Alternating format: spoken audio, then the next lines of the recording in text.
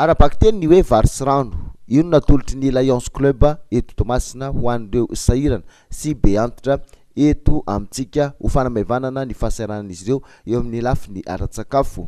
Vary ho an'olona 100 rokolao isan'olona, rano fisotro madio io natolotra mba hoentina indrindra anatanterahana ireo tendro entiasa ho an'izao fahazato taona ny Lions Club izao.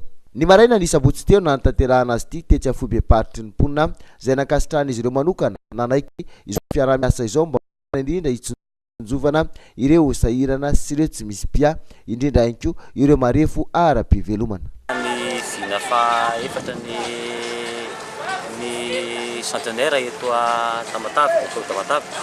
Ny fisafidinany be antitra androany no menany nazy satria hitatsika fa efa tsy somary serakirana zareo na dia sakafo hoaniny azy dia nandray anjara ny fiova Tamatave na ny sakafo zareo. Androany zany zao tokony eo amin'ny olona eo amin'ny 100 eo no entina omena satria izay ny tsy raha ambony tanana. Ya ny rano koa moa zany rano mahavelona ho an'ny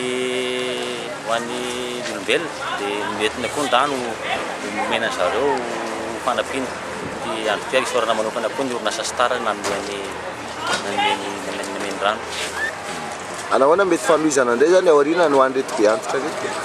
Zany hoe misy sokajy le izy.